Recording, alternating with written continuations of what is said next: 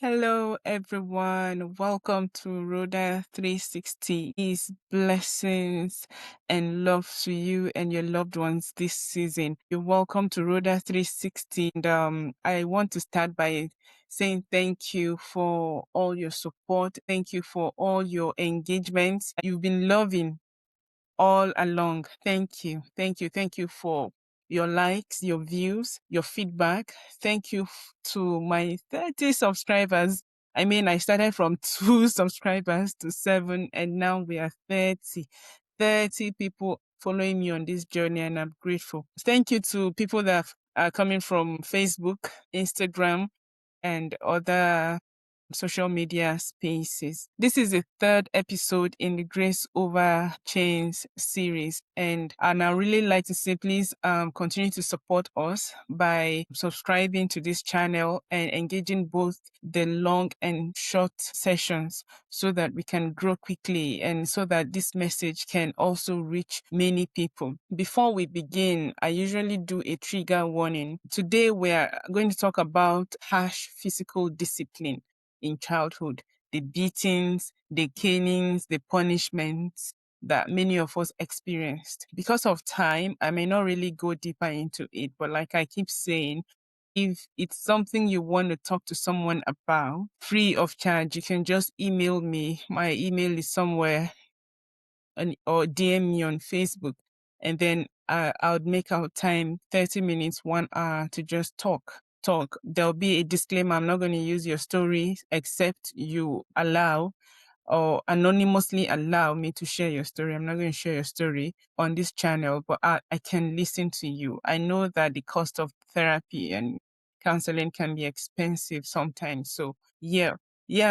And all these punishments that we've experienced in the past can be deeply triggering. So if your body is tensing up as I'm talking, or even right now as I'm speaking, and please, you can pause and breathe and pray, or, just reach out to someone, or just leave the video and come back later on to finish it when you can. Then also try and reach out to hotlines. There are hotlines in different locations, different countries. Speak to trusted people. There are resources online that you can access that can help you navigate this in a good way. My name is Rhoda Ilenwabo, and I'm walking this road with you as a fellow survivor, someone who has gone through adverse childhood experiences. The other day in my previous video, I talked about ACEs, and there is adverse childhood experiences scores. And I mentioned that I had many. My own score was very high. Some people could have 1, others could have 2. But then for me, I have more. I've been dealing with a very high score owing to the diverse adverse childhood experiences that I had. So professional support is encouraged on this channel. So if you can access any professional support, I usually tell people try it out. 1 to 3 sessions of therapy, and you see how you begin to think, you see how you begin to feel, because this is really needed for many of us. So let's breathe together, breathe in peace, and let go of all the old fear, things that have been holding you back, the fear, the pain. Let it go. Just let it go as you breathe in and out. And that's we are on this space today. So, like I said in previous episode, we named the shadows that had followed us from childhood, shadows as a result of the trauma that we experienced in childhood. We named the shadows. For so many of us, especially those people that are tuning in from Nigeria or who are originally from Nigeria, Ghana, Sierra Leone, Cameroon, Liberia, or even in the diaspora. But then,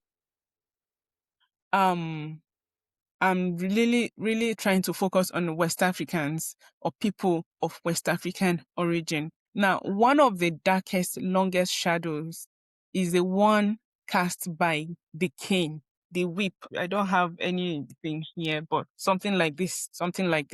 The one cast by the cane, the whip, the koboko. If you are from Nigeria, you know what koboko is, the belt. So let me take you back for a moment. I was just about 8 years old, and I had moved. A parent had moved me from the village. I was living with my grandma then, to an urban area. Now, as an 8-year-old village girl, I didn't understand how things were done in the in urban living. My body and mind was adjusting to the culture, the language, the people, and probably to the excitement of having to now live with a biological parent, And we had guests one day, and I spilled water. While now that was pure accident. I didn't just carry water and go to spill on the guest. I was asked to bring water, and accidentally I poured the water on. I think it touched the shoe of the guest's shoes or something like that.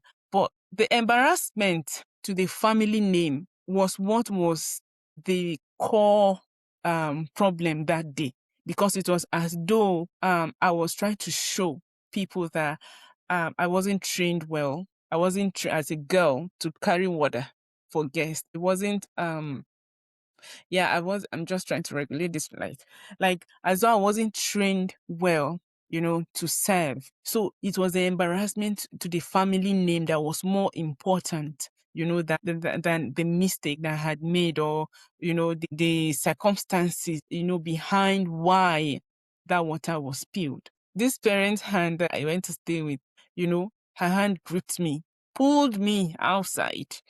The cane came down again and again. It wasn't just cane, it was slippers. It was anything she could find, from spilling water, not anything else, from anything she could find. And while, she was beating me, the only thing she was saying was, "This is for your own good. You would have spoiled if I hadn't carried you from the village," and many more, bringing in her experiences with my dad or her partner, her experiences with other people, and how, making everything, or however life was, to them that time, my fault. Many things were said, beaten from spilling water, because we had guests. Did we have neighbors? Yes. Neighbors watched. No one could intervene, or no one intervened at that moment. That day, a shadow was settled in my heart. Like I had the experience, as though something I learned something from the beating. And that thing was like that my mistakes make me unworthy of gentleness. So I couldn't expect people to be gentle to me if I continue to make those kind of mistakes. Now, for many people, growing up was like that. Many people grew into adults who do not expect gentleness, especially when they make a lot of mistakes. Meanwhile, mistakes are part of life, right? That shadow followed me. That particular one followed me. Flinching at raised voices. If there was a raised voice anywhere, I'll just flinch. I'll be scared. I'll freeze when authority figures got angry. Even when these authority figures were not even family members, were not even people that were directly connected to me in any way. Once they got angry and they flared up, I'll be freeze. Even when I was supposed to stand up for myself and say, okay, no, I didn't do this, or explain myself, I couldn't do it. Most times I froze when authority figures, even when they were not angry, just by looking at me and asking me questions, I froze. I couldn't say anything. That thing affected me in the university when we had to, during the oral examinations, I think the final year or something like that. Anytime I had to speak in front of authority figures, say my supervisor or my lecturers in the department, I'll have everything I need to say, well written, well stored in my head, I could write well. I couldn't speak a lot. Why? Growing up, I didn't have the opportunity to actually speak prose most of the time. So when I had to do oral exams and I was asked questions, I'll just freeze. Now, again, that feeling, aside freezing, it got me feeling that I had to be perfect to be loved. So I was working not just to, like Paul said, not just to perfection for Christ now, the day of perfection. I was working to be perfect for the humans around me. I was working to be perfect for parents, for siblings, for uncles, for aunties, for cousins, just for them to accept me. And that's how I grew up into the adult. And even when I got married, I'm working to be accepted by in-laws. In-laws who probably had their own issues, had their own life they were putting together. I just had to do everything to be perfect. Because that's how I grew up. Growing into a young adult, in church. I bring up this church issue when I'm talking about childhood trauma, because it's one aspect that the church will not go into. Just like the church will not really discuss pain and divorce, or pain in marriage, or toxic marital relationships. They do not like to talk about that. That is how they do not like to talk about childhood trauma, because of course a lot of them traumatize their children in the name of religion. We'll get there someday. But today, growing up, in this my story now, when I couldn't shake the fear, this is as a young girl being in church, maybe campus fellowship, or even a teenager, engaging in church activities and, things like that. Someone will say, there's a spirit of fear in you, so you have to go for deliverance. Or there's a spirit of fear in you, it could be your fault. Today, we're sitting with that shadow together. This is my own experience I just shared. Yours could be different. Another person's own could be different. We're sitting in that shadow together. We're not here to stay in that pain. We are not here to blame those triggers, or to blame the people that traumatized us in childhood or while growing up, be they family or not. We are not here to not to forgive them. Like I said in my first episode, the first step towards forgiveness is realizing that, okay, there was a problem. Sorry, the first step towards healing is to realize that, okay, there was a problem, call it out, but forgive, let go of those people that traumatized you, whether they apologized or not. Because most times and most likely, people that traumatize others, especially children, will never apologize, especially if you're coming from that West African society. They will never apologize. They'll tell you, adults do not apologize to children, things like that. So let it go.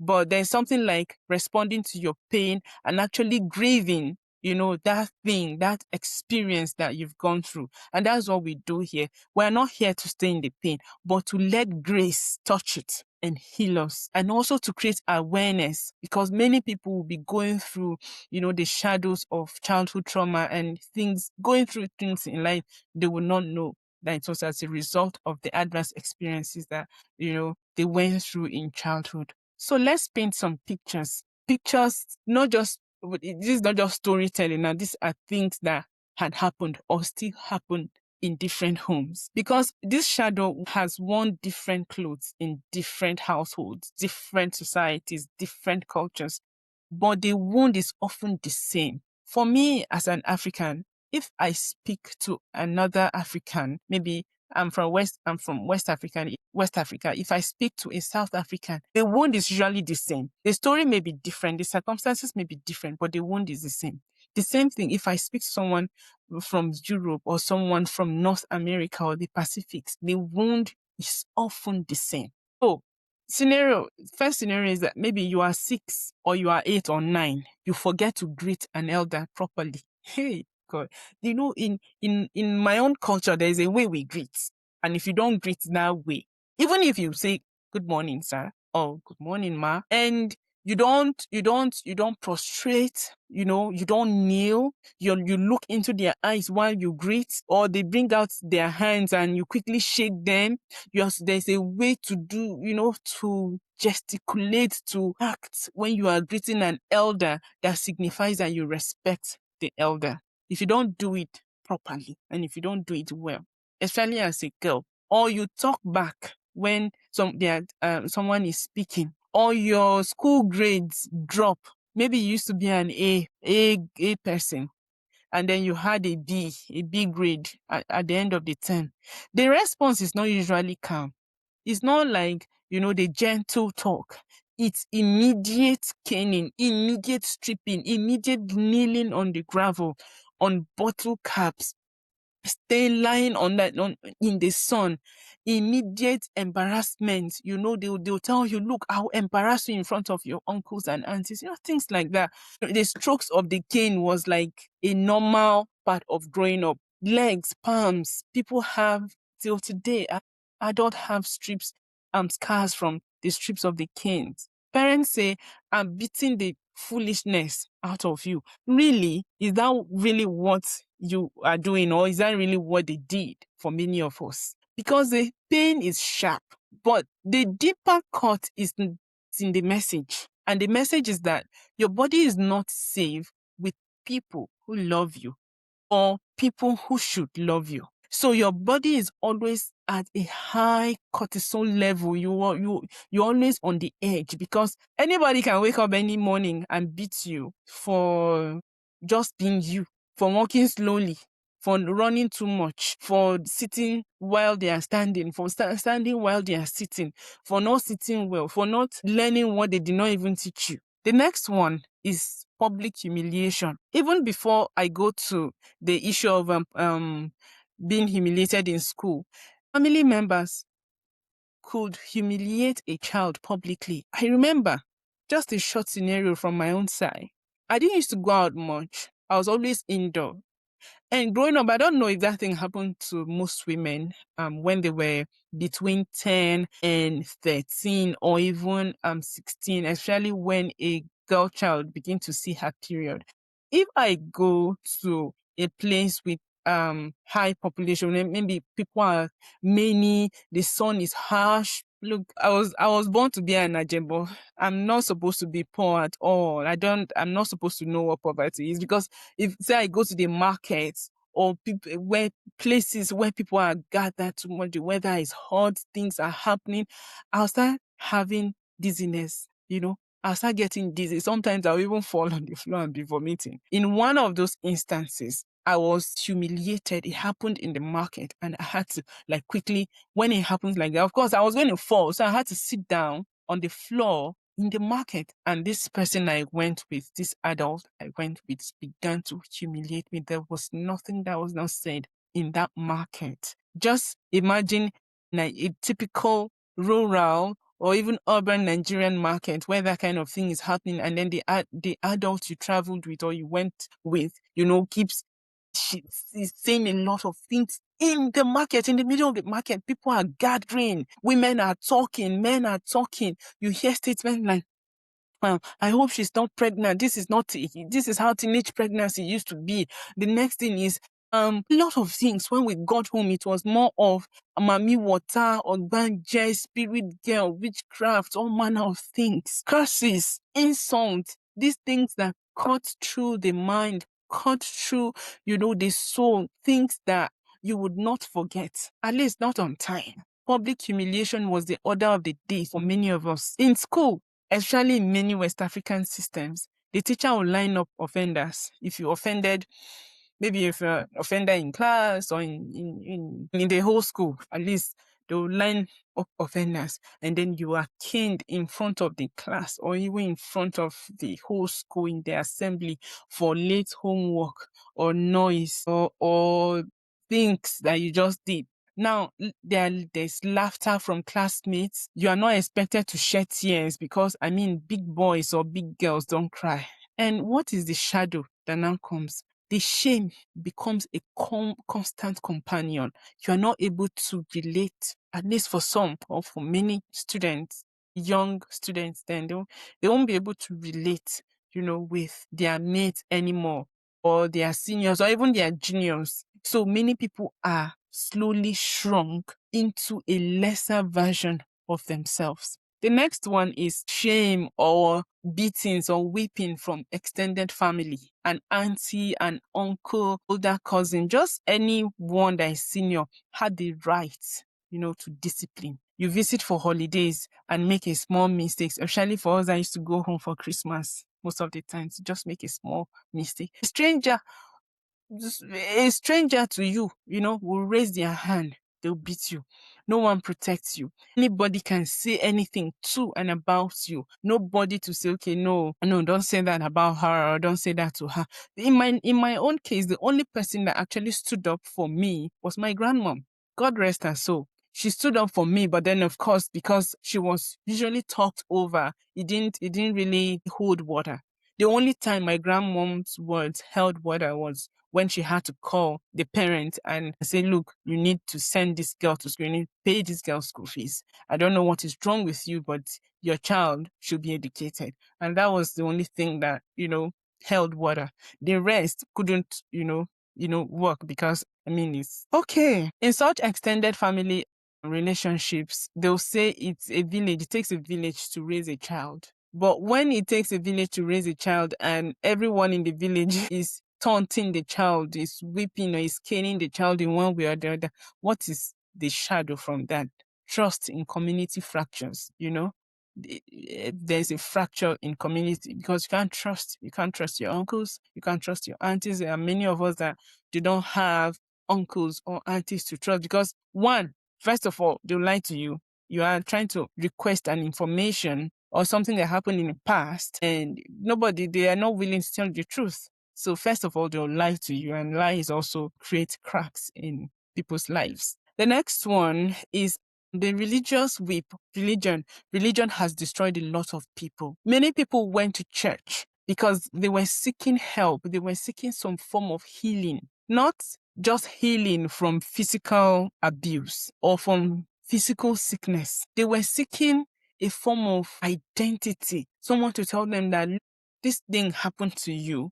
It is not your fault. Come, the Lord can heal you. The Lord, you can heal, through believing in God, through reading your Bible or doing, you can. But no, most times the religious whips are even deeper than the whips people experience from their homes. In some homes and even boarding schools run by strict missions and churches, like we have many of them in West Africa today, punishment is usually framed as spiritual training. So flogging the devil out, kneeling for hours, no food, beatings for stubbornness. I will not mention names of churches or describe them in detail, but then there are churches that beat young children in the guise of beating out the witchcraft or beating out the stubbornness. Chain young people that cannot speak for themselves, people that cannot advocate for themselves. They are chained, they are beaten. Why? Because they are being spiritually trained to avoid future disasters, in quotes. What is the shadow here? Is confusing. The shadow here is confusing because it's like God's love feel like pain. So before you experience God's love, you have to go through pain, which is not true. The Lord already gave his son to die on the cross for us. We are not supposed to experience pain before we experience love again. In fact, before blessing in the Bible, check right from the Old Testament, before blessing came love. God created. He loved it. He said this was good. He liked it. He created this. Before creation, before blessing, before he said, okay, I will bless, came love. So nobody should tell you that, it has to feel like pain first before you become loved. No. If you go to church and they are treating you as lesser person because you need to prove that you can be loved, it's not like that. That's not how it's supposed to be. Another one is the male-female gender whip. Girls are beaten for waywardness. Just stand and talk to any boy. You'll be beaten. You will not sleep that night. You'll be beaten throughout the night. Talking to boys, wearing trousers. Then if you grew up in northern Nigeria, girls were beaten for everything. The girls were even beaten for not serving their brothers, even whether older or younger brothers. If you didn't serve your brother or if you didn't worship your brother, it became a form of disrespect. You were beaten for it. In fact, in my own case, I was beaten when my brother did not come or refused to come because yes, it was a toxic environment. So the boy was running away, always trying to stay away from us. So anytime he stayed away, but he always wanted to stay away, but always wanted to have a connection with me. So anytime he stayed away, I was blamed for it. So girls were blamed for everything. Boys were beaten harder to make them men. Hear things like, I'm beating you like this so that you can be a man. What is the shadow? Or what are the shadows that I all discuss? Internalized gender wounds. Many people today grew up with internalized gender wounds. And that's why I'm going to say this in episodes, many episodes after this. People are growing up into toxic human beings. People are complaining that our husbands are scarce. Women are no longer wives. It's not because they decided not to be good men or good women. It's because many people have not really revisited the adverse events of their childhood. Many people are still suffering in those shadows. That's why it feels like this person is egoistic. This person is narcissistic. I have really tried not to mention that word, because we've really many people are really abusing that word, right? Many people grew up with gendered wounds, internalized wounds. Girls learn submission through fear. That is why a woman being physically abused in her marriage will stay there, because that's what she learned. Boys learn that emotions are weaknesses. That's why they cannot show their wives love, because if this it might be a weakness. You will even see a man that tries to love his wife in the presence of his family. Before you know it, they'll start blaming the wife. They'll say, maybe she did black magic for him on him. Boys will not show emotions. Girls will be submitting through fear. And you wonder why many Nigerian families relocate and then the wives dump the husbands immediately, because maybe they would have relocated to a country where women are supported and she doesn't have to fear the man anymore. Meaning, if she doesn't fear the man anymore, there is really nothing, holding her bound. There is nothing for her to submit to again. And submission is not fear. When you bring in fear, then that's not submission. Being emotionless doesn't make you a man. When you act that way, then there is something you're running from. There's something that needs to heal in your mind. There's something that needs to heal in your life. I hope I'm not triggering a lot of people with this episode. So these are not just rare stories. They are not just background noises. They are the shadows. They are the noises of many of our childhoods. That's how we grew up. That's what we learned. That was the learned behavior. I was seeing something on social media, or reading something on social media that a child was only born with a fear of falling. Every other fear was learned. For many of us, many of the fear and anxiety we have was learned growing up. This is how it's supposed to be. You clean this table like this. If not, you've not done enough. You wake up like this. If not, you've not done enough. What are the shadows that all this cast? I've mentioned a lot. One is chronic anxiety, hypervigilance. You're always anxious. Many people are anxious. They don't even know until they go for diagnosis. Hypervigilance, difficulty receiving gentle love. I made a post the other day on social media. I said, why is it difficult for people to actually receive love? For many people, there are people that actually want to love you, but we don't know how to say, let's receive it. We don't know how to receive love. There are many of us that know how to give love. We love like mad. But to receive it is very difficult. Shadows of childhood trauma. You need to realize which one you're battling with. Some people is people pleasing. You have to, you are being perfect for everyone to accept you. Everyone will not accept you. In fact, until you accept yourself, no one will ever accept you. Everyone will not accept you. Everyone will not like you. People do not even like themselves, so how do you expect them to like you, right? Rebellion and survival, especially teenage and young adults. Many people, or teenagers or young adults, they being rebellious to their parents, are battling some shadows of childhood trauma.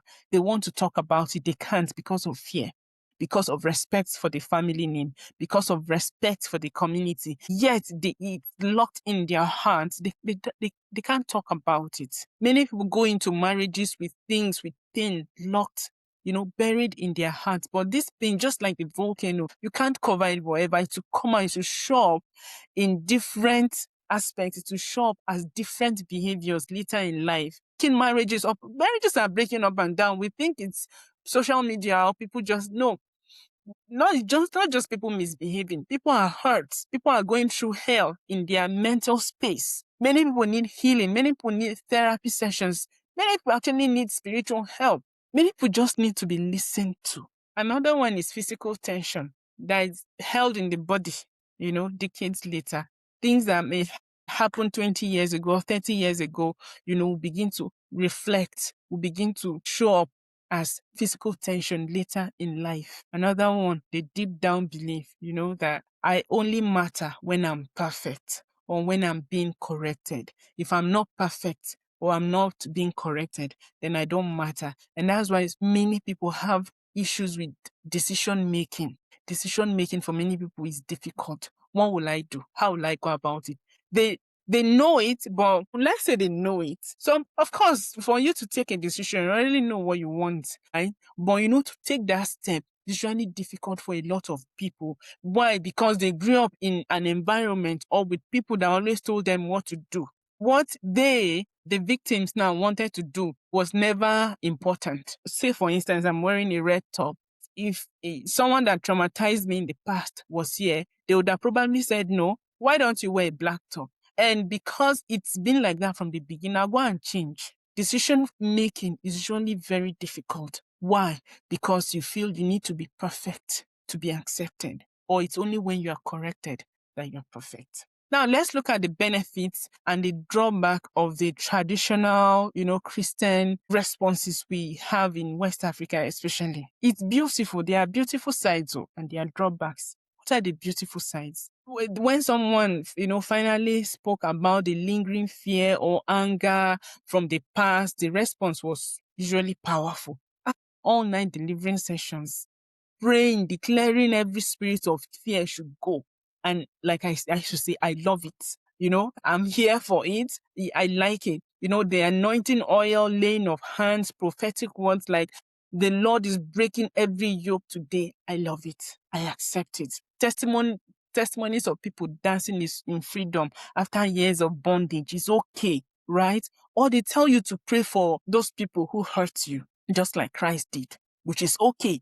I remember praying my heart out for people I love that were still traumatizing me in the past until I realized that I needed to use that time to pray for myself instead. Now, in all these Christian settings, especially the Pentecostal and charismatic settings, many have felt genuine release, right? The message that God is fighting for you can restore dignity. Dignity that was stolen by punishment, by beating, by insult, by curses, by directly looking at you and wishing you bad. Things like that. Dignity restored in church. Yes. Worship becomes a place where the body moves joyfully, countering every memory of pain. It's okay. This is where you have the opportunity. This is when you have the opportunity. So do it. I usually, especially as a teenager and a young adult, I usually had that feeling of freedom and release and temporary release from pain when I went to church. During those praise and worship sessions, during those praying sessions, even the word sessions, I usually had, that temporary release, which has its benefits. It's great, right? But there are drawbacks because many at times the shadows grew deeper, it grew darker. The pain for many, many people were called the spirit of rebellion or generational curse from stubborn ancestors. Maybe something that ancestors had done and it's now showing up in the child's life, implying that the child invited the beatings for themselves because of the spirit of rebellion. Others will say, okay, deliverance could involve aggressive shouting and physical restraints. Like I said, some deliverance session would involve beating, the person or making the person pass through rough breakthrough deliverance sessions. And these sessions can re-traumatize the body. Imagine a person that was usually beaten between 2 or between growing up to realize themselves until probably like 16 or 18. And then the person goes for a deliverance session or some form of exorcism in church, and they are still beating the person and chaining the person. The body will be re-traumatized because the body was initially afraid of touch because of, the past experiences. In that case, parents were rarely challenged. Even till now, parents are rarely challenged. In fact, for people like us that talk about childhood trauma or toxicity in many ways, when we come out on social media or in family meetings and then we're talking about it, it looked so disrespectful because what did the Bible say? Honor your father and your mother. Yes, the Bible said that. But many people use that verse of the Bible to silence reflection. Many people do not like to reflect on the past and say, okay, this is what happened. This is how it was done. A lot of people, because they want some form of support or they want some, form of validation, they silence that, they silence reflection. Even if you do not have any childhood trauma you're battling with today and you're watching this session of the video, reflection is important. It's good to reflect on your last year, on your last month, on your last week, on your yesterday. It's good to reflect because reflection gives you direction for, the next phase of life or the next step. Another one is that many people don't even go for counseling, or many people will be told, you don't need counseling, you need more fasting, especially in church section. One person told me that you are talking about this because you are not with the people that you should be with. How could I be with the people that traumatized me and would never accept that they did? Why would I be with them? You are made to feel ungrateful for talking about the stories because now these people would have been the people, who you grew up with. They paid your school fees. They gave you shelter. At least you were not homeless at some point, right? So talking about how the trauma you experienced under their tutelage or under their supposed care looks as if you're ungrateful, but they would not understand that you are only trying to heal or you are only trying to respond to the pain that you're feeling. We love our fire-filled faith, but then we must ask one question. Does this practice bring the gentle fruits of the Spirit, or does it bring more fear, what we do in church? So today, brethren, brothers and sisters, wherever you're watching me or listening to me from, there are gentle steps that you can take to begin lifting these shadows up. You can write it or say that what happened to me was not my fault, because truly what happened to you was not your fault. Things that happened to you when you were 5, 6, prior to when you became an adult, because some people even suffer trauma right into adulthood. You see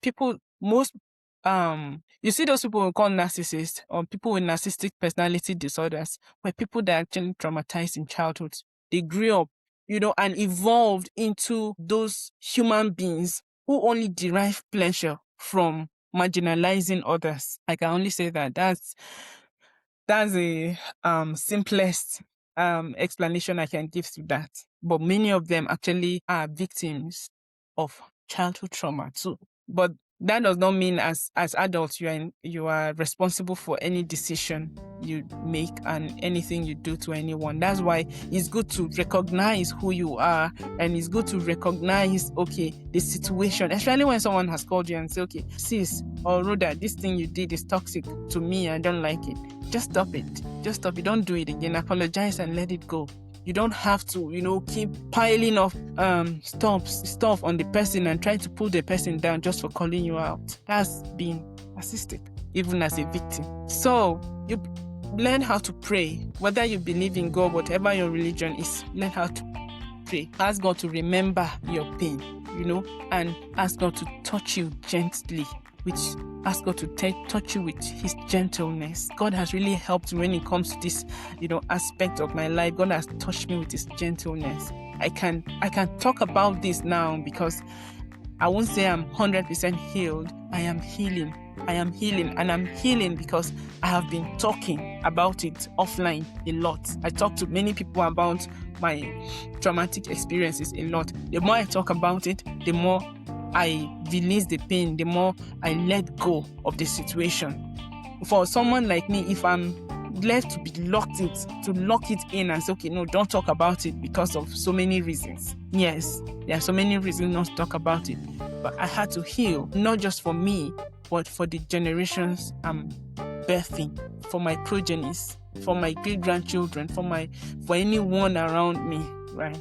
So learn how to pray and ask for God to gently heal you. And then consider personal support. There are many culturally competent therapists that understand your context and they will help you. Then remember that Proverbs 22:6. Remember it in a fuller light. It's not just about discipline, but training in love, explaining, talking in love. It's not just about discipline, not just about punishment. So we've come to the end. So let's just say before we go, Father, you are the gentle shepherd who carries the lambs in your arms. We ask today that you heal every broken heart, everywhere that the canes and the whips have touched. Replace fear with your perfect love, Father. Let worship arise from healed hearts. In your name we pray. Amen.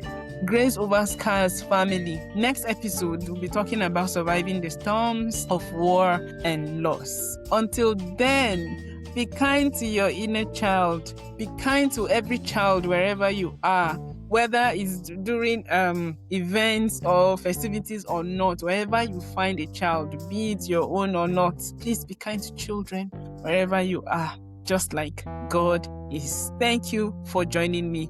Until then, I hope you continue to love the child that you once were. Bye.